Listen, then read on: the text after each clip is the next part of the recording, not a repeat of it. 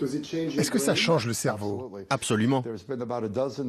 C'est ce qui a le plus choqué les gens. Il y a une douzaine d'expériences d'imagerie cérébrale qui montrent que le cortex frontal rétrécit si vous passez trop de temps devant les écrans. Depuis 5 ans, les études se multiplient de plus en plus précises, indiquant l'impact des machines numériques sur le cerveau.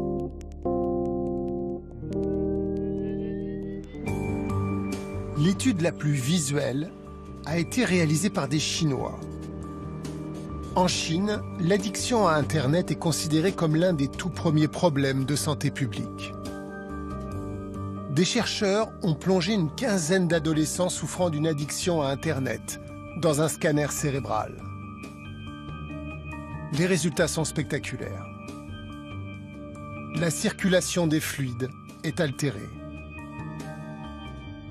Les zones en rouge montrent les voies du cerveau rétrécies, où la communication est très fortement ralentie.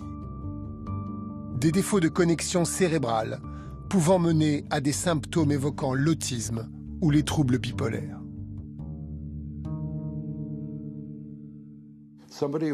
Une personne qui a un cortex frontal rétréci et moins de matière grise devient plus impulsive, a un comportement plus sujet aux addictions, plus agressive. Elle ne prend pas de bonnes décisions.